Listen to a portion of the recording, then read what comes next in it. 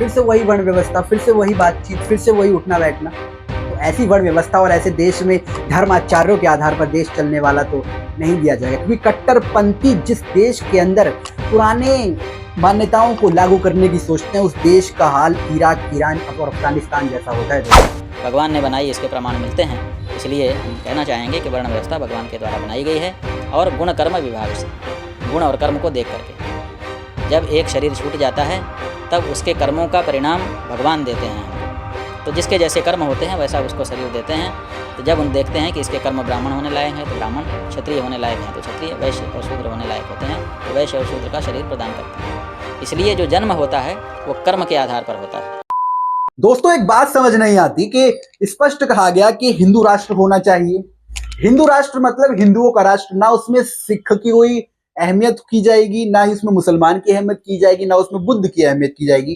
तो हिंदू राष्ट्र यानी कि हिंदुओं का राष्ट्र। जब ये सवाल आप हिंदू राष्ट्र के समर्थकों से पूछोगे तो वो कहेंगे ऐसा नहीं है, सब धर्मों को सम्मान और सद्भाव से ही रखा जाएगा। अगर सब धर्मों का सम्मान और सद्भाव और आस्था इसी तरह से रहेगी तो फिर पर्टिकुलर एक रिलीजन का राष्ट्र क्यों? सवाल ये। दूसरा सवाल ये है कि हिंदू राष्ट्र के अंदर जो तमाम राजनीतिक लोग हैं वो कहते हैं कि हिंदू राष्ट्र मतलब सभी जातियों का समावेश, हिंदू सभी, चाहे वो किसी भी जात बिरादरी से हो, वो सब एक समान होंगे। ठीक है, लेकिन देश के शंकराचार्य महाराज क्या बयान दे रहे हैं? देश के बड़े बड़े जो धर्मागुरु हैं उनसे जब बयानबाजी या फिर सवाल किए जाते हैं हिंदू राष्ट्र के ऊपर, तब तो वो कहते हैं कि हिंदू राष्ट्र यानी कि सभी हिंदुओं को एक हो जाना चाहिए। जैसे कि धर्म कंधों से ऊपर छाती नहीं होती तो धर्म से ऊपर जाति नहीं होती। अब एक आम जो अम्बेडकरवादी है या अलग धर्म का व्यक्ति है या फिर हिंदू रिलीजन में जो हिंदू राष्ट्र चाहता है लेकिन कहीं ना कहीं अपने आप को दलित वैश्य समझ रहा है और वो सोच रहा है कि मैं हिंदू राष्ट्र में कहां तक हूं, तो शंकराचार्य जी महाराज क्या कह रहे हैं, बड़े बड़े धर्मागुरु क्या कह रहे हैं कि हिंदू राष्ट्र 4 वर्ण व्यवस्था पर ही चलेगा। 4 वर्ण व्यवस्था यानी मस्तिष्क से ब्राह्मण, भुजाओं से क्षत्रिय, जंघा से वैश्य और पैरों से शूद्र। और क्या कुछ कहा, ये बहुत बड़ा बयान शंकराचार्य महाराज ने दिया। उनके लिए ये नॉर्मल है, लेकिन उन लोगों की आंखें खोलने के लिए काफी है जो बहुजन समाज हिंदू राष्ट्र में अपने आप को बराबरी पर देख रहा है, या राजनीतिकरण की रोटियां सेकने वाले लोग हिंदू राष्ट्र के नाम पर तमाम दलितों को एकजुट होने के लिए कह रहे हैं। सुनिए। भगवान ने बनाई, इसके प्रमाण मिलते हैं। इसलिए हम कहना चाहेंगे कि वर्ण व्यवस्था भगवान के द्वारा बनाई गई है और गुण कर्म विभाग से, गुण और कर्म को देख करके। जब एक शरीर छूट जाता है तब उसके कर्मों का परिणाम भगवान देते हैं हमको। तो जिसके जैसे कर्म होते हैं वैसा उसको शरीर देते हैं। तो जब हम देखते हैं कि इसके कर्म ब्राह्मण होने लायक हैं तो ब्राह्मण, क्षत्रिय होने लायक हैं तो क्षत्रिय, वैश्य और शूद्र होने लायक होते हैं तो वैश्य और शूद्र का शरीर प्रदान करते हैं। इसलिए जो जन्म होता है वो कर्म के आधार पर होता है। शंकराचार्य महाराज स्पष्ट कहते नजर आ रहे हैं कि 4 वर्ण की व्यवस्था ऊपर वाले ईश्वर ने बनाकर भेजी है, और ये जो वर्ण व्यवस्थाओं में लोगों के जन्म होते हैं ये पुराने कर्म के आधार पर होते हैं, पुराने जन्म के। यानी कि कोई शूद्र है तो उसने शूद्र के लायक कर्म करे होंगे, कोई ब्राह्मण है तो उसने ब्राह्मण के लायक कर्म करे होंगे। यानी कि इतना तो आप अगर एक बुद्धिमता व्यक्ति हैं और एक सामान्य दिमाग से सोचने वाले व्यक्ति हैं तो आप समझ सकते हैं कि जिस व्यक्ति ने अच्छे काम किए होंगे वो ब्राह्मण, जिस व्यक्ति ने नीच काम, गलत काम किए होंगे वो शूद्र। शंकराचार्य महाराज के ये शब्द हैं, रामभद्राचार्य महाराज के भी यही शब्द हैं। यानी कि हिंदू मतलब वर्ण व्यवस्था, हिंदू राष्ट्र मतलब वर्ण व्यवस्थाओं पर आधारित राष्ट्र। पहले मुझे भी इन सब की इतनी खबर नहीं थी कि हिंदू राष्ट्र मतलब सिर्फ हिंदू राष्ट्र यानी कि सब एक समान। लेकिन जब हिंदू राष्ट्र पर सवाल पूछा जाता है तब तो तमाम हिंदू एक होने चाहिए।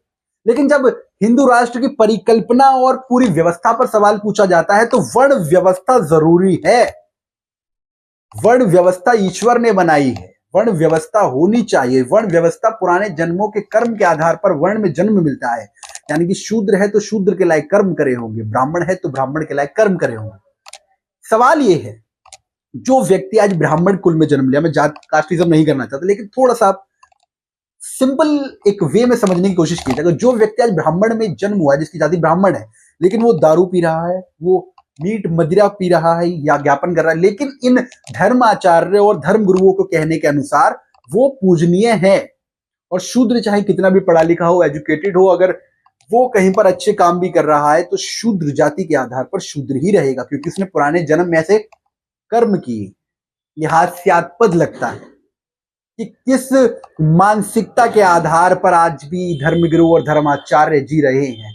और हिंदू राष्ट्र की परिकल्पना में अगर दलित को वर्ण व्यवस्था के आधार पर स्थान मिलने वाला है तो मेरे हिसाब से कोई भी दलित या फिर कोई भी समाज हिंदू राष्ट्र नहीं चाहेगा, सिर्फ केवल उन लोगों के अलावा जो उस मानसिकता से पीड़ित हो, उस मानसिकता से ग्रसित हो। इसीलिए तमाम बहुजन संगठन इन हिंदू राष्ट्र प्रेमियों का विरोध करते नजर आते हैं। आप जब सवाल पूछते हैं ना कई लोग कि हिंदू राष्ट्र का समर्थन ये लोग क्यों नहीं करते, तो हिंदू राष्ट्र का समर्थन एक तमाम बहुजन जो कार्यकर्ता है, फिर जो बहुजन इंसान हैं, लोग हैं, वो क्यों नहीं कर रहे? क्योंकि वर्ण व्यवस्था लागू करना धर्माचार्य और ये धर्मा पुजारियों की मांग है कि वर्ण व्यवस्था लागू हो, हिंदू राष्ट्र बने, हिंदू राष्ट्र। फिर आप ये क्यों कहते हो कि जो सिख हैं वो खालिस्तान क्यों मांग रहे हैं? छोटा सा पॉइंट है, अगर हिंदू राष्ट्र में हिंदुओं को प्रभुत्व दिया जाएगा, हिंदुओं को प्राथमिकता दी जाएगी, हिंदुओं के नाम पर राष्ट्र होना चाहिए, तो कहीं ना कहीं सिख भी कहेंगे फिर हमारी इसमें क्या भूमिका रहेगी? नाराजगी तो रहेगी ना। मुस्लिम्स कहेंगे, बुद्ध कहेंगे कि हमारी इसमें कहां भूमिका रही, हम कहां गए। और तमाम जब आप बातें करोगे कुछ लोगों की जो हिंदू राष्ट्र की मांग करते हैं, वो कहते हैं सेक्युलर शब्द इस देश के संविधान से हटाना चाहते हैं।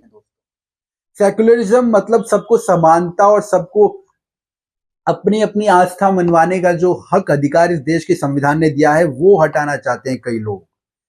लेकिन सवाल वहीं का जस का तश बना हुआ है कि ऐसा हिंदू राष्ट्र तो हिंदू भी नहीं चाहते होंगे जो वर्ण व्यवस्था के आधार पर निचले पायदान पर माने जाते हैं। क्योंकि अगर वर्ण व्यवस्था पूरी तरह से देश के अंदर लागू हो गई तो फिर से वही दौर आएगा, फिर से वही वर्ण व्यवस्था, फिर से वही बातचीत, फिर से वही उठना बैठना। तो ऐसी वर्ण व्यवस्था और ऐसे देश में धर्माचार्यों के आधार पर देश चलने वाला तो नहीं दिया जाएगा। क्योंकि कट्टरपंथी जिस देश के अंदर पुराने मान्यताओं को लागू करने की सोचते हैं, उस देश का हाल इराक, ईरान और अफगानिस्तान जैसा होता है दोस्तों। जिन देशों के अंदर धर्म को एक प्राथमिकता दी जाती है वो विकास से इतने पिछड़ जाते कि है कि उन्हें विकास से कोई अर्थ नहीं, वो सिर्फ धर्म पर लड़ेंगे, धर्म पर जिएंगे और धर्म पर जीने को मजबूर करेंगे। ये आज हमें सामान्य बात लग सकती है, लेकिन आज से 10-20 साल बाद जब ये और बढ़ चढ़कर फैलेगी ये चीजें, तो इराक, ईरान और तालिबान में क्या हो रहा है, जितने भी तमाम संगठन आज देशों के ऊपर राज कर रहे हैं, उनकी सरकारों ने वहां उनको पुराने धार्मिक रीति रिवाजों को नहीं मानने दिया गया, इसलिए उन्होंने विद्रोह कर कर देश के अंदर अपनी सरकारें चलाई। देश के अंदर तालिबान अफगानिस्तान क्या मनवाना चाह रहा है? शरिया कानून मनवा रहा है। तो आज हम उसको दूर से देखते हैं तो हमें लगता है कितना बुरा हाल है। इसी तरीके से पुरानी मान्यताओं को अगर बदलती पीढ़ियों के साथ बदला नहीं जाएगा दोस्तों, तो इसी तरह के आंतरिक गतिरोध और विद्रोह के बाद गृह युद्ध जैसी स्थितियां देशों के अंदर निर्माण होती हैं और देशों के अंदर बगावत के दौर पर विनाश ही विनाश होता है, विकास की कोई मान्यता नहीं बचती। तो तमाम धर्मगुरु और धर्माचार्यों से ये प्रश्न है, चाहे आप हिंदू विचारधारा से हैं, बहुजन विचारधारा से हैं, या फिर इस्लामिक हैं, या फिर आप सिख हैं, किसी भी मेंटेलिटी आइडियोलॉजी से बिलीव करते हैं, तो ये बात सोचिए कि हिंदू राष्ट्र के अंदर अगर वर्ण व्यवस्था जरूरी है, जब देश के शंकराचार्य महाराज, धर्माचार्य महाराज बड़े बड़े वर्ण व्यवस्था को ही हिंदू राष्ट्र कह रहे हैं, तो सवाल तो आप भी पूछिए कि हिंदू राष्ट्र मतलब वर्ण व्यवस्था, तो कौन सा वो दलित हिंदू हिंदू राष्ट्र की मांग में समर्थन करेगा जिसको दलित का दलित ही बनाकर रखा जाएगा? ये सवाल आपसे है, ये सवाल हम अंतिम पंक्ति में छोड़कर जा रहा हूं और आपसे उम्मीद है कि कमेंट कर कर आप ये जरूर बताएंगे कि हर आइडियोलॉजी को क्या अपनी कट्टरपंथी तरीके से ही मनवाना जरूरी है।